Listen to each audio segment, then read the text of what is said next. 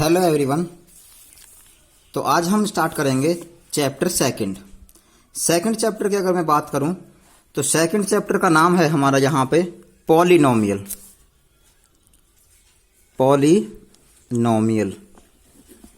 ठीक है, हिंदी में अगर लिखें तो हिंदी में इसको बोलते हैं हम बहुपद। ठीक है, क्या बोलते हैं? बहुपद। अब बात यह आती है कि बहुपद होता क्या है।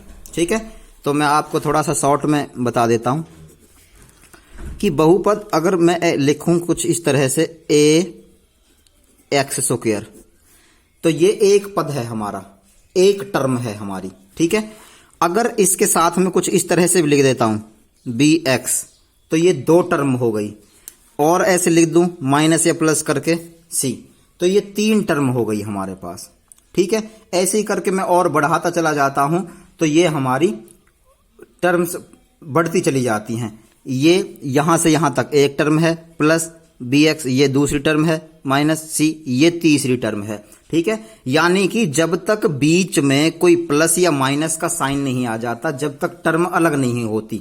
ठीक है, चाहे मैं ऐसे लिखता चला जाऊं, यहां पे अगर a b c d पूरा बीच में कोई माइनस या प्लस ना लगाऊं तो ये पूरी एक ही टर्म कहलाएगी।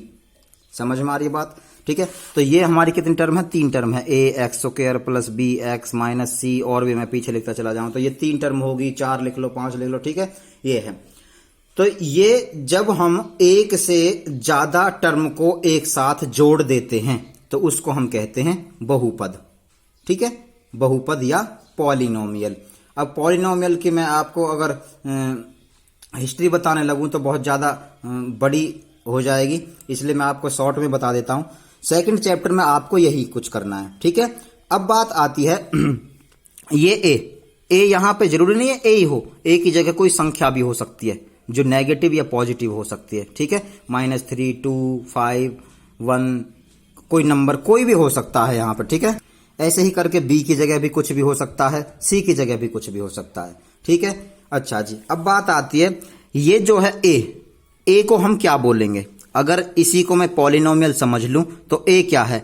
ए हमारा एक्स का कॉफिशिएंट है, या एक्स का गुणांक है, या एक्स स्क्वायर का मल्टीपल है। सॉरी, एक्स का नहीं, एक्स स्क्वायर का। ठीक है, ये क्या है? ए क्या है? ए जो है वो एक्स स्क्वायर का मल्टीपल है, या कॉफिशिएंट हो कह सकता हूं मैं, या फिर गुणांक कह सकता हूं हिंदी में। ठीक है, ऐसे ही जो बी है वो एक्स का गुणांक है, या मल्टीपल है, या कॉफिशिएंट है। सी जो है वो कांस्टेंट टर्म है। अब कांस्टेंट टर्म और ये क्या होती है? ठीक है, मैं आपको बता देता हूं। दो चीजें होती हैं हमारे पास, एक तो होता है हिंदी में अगर मैं बात करूं तो चर, और एक होता है अचर। ठीक है, इंग्लिश में अगर लिखें तो चर जो होता है उसको हम कहते हैं वेरिएबल। ठीक है, और अचर जो होता है उसको हम बोलते हैं कांस्टेंट। समझ आ रही है बात? चर जो होता है वो वेरिएबल होता है, अचर जो होता है वो कांस्टेंट होता है। अब वेरिएबल या चर क्या होता है? जो इक्वेशन में या पॉलिनोमियल में जो हमारी ये चीजें होती हैं, X square, X Y Z, मतलब जो इस तरह से, जैसे यहां पे हमारा ए तो कोई कोफिशिएंट कोई भी नंबर हो सकता है, ए बी और सी ये हमारे क्या है? कोई भी नंबर हो सकते हैं। ठीक है, अब एक्स स्क्वायर और एक्स जो है इन्हें हम कहते हैं वेरिएबल। समझ आ रही है? इनको क्या बोलते हैं हम? वेरिएबल। यानी कि नंबर के साथ जो इंग्लिश अल्फाबेट लिखा होता है, स्क्वायर या एक्स या वाई या जेड ए बी ऐसे कुछ करके। ठीक है, ये यहां तो हमारी कुछ संख्याएं होनी चाहिए ए और बी और सी की जगह। तो जो एक्स स्क्वायर है इसकी जगह वाई स्क्वायर भी हो सकता है, जेड भी हो सकता है, जेड स्क्वायर भी हो सकता है। यहाँ एक्स की जगह एक्स है, जैसे वाई भी हो सकता है, जेड भी हो सकता है। ठीक है, ऐसे तो इनको हम बोलते हैं वेरिएबल यानी कि चर। अब बात आती है कांस्टेंट यानी कि अचर पद की। अब जैसे सी है, सी के साथ कोई भी वेरिएबल नहीं है। ठीक है, अब इसकी जगह मैं कोई दूसरा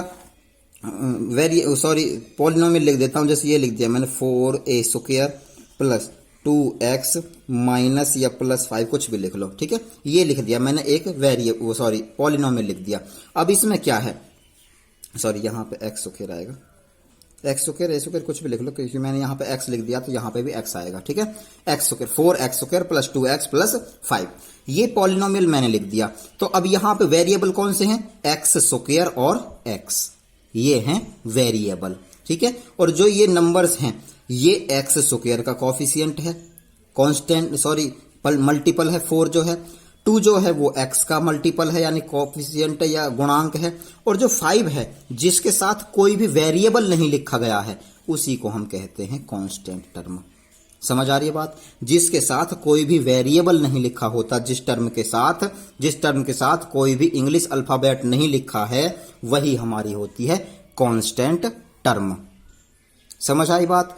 तो 4 जो है वो एक्स स्क्वायर का गुणांक है, मल्टीपल है, 2 जो है वो x का मल्टीपल है, और 5 जो है वो कांस्टेंट टर्म है, ठीक है। ये चीजें हमारी एक्सरसाइज में यूज होने वाली हैं, बहुत ही हेल्पफुल होंगी ये हमारे लिए, इसीलिए मैं आपको ये बता रहा हूं, ठीक है। तो ये हो गया हमारा इंट्रोडक्शन चैप्टर 2 का या एक्सरसाइज 2.2 का, ठीक है। तो अब हम बढ़ेंगे एक्सरसाइज की तरफ।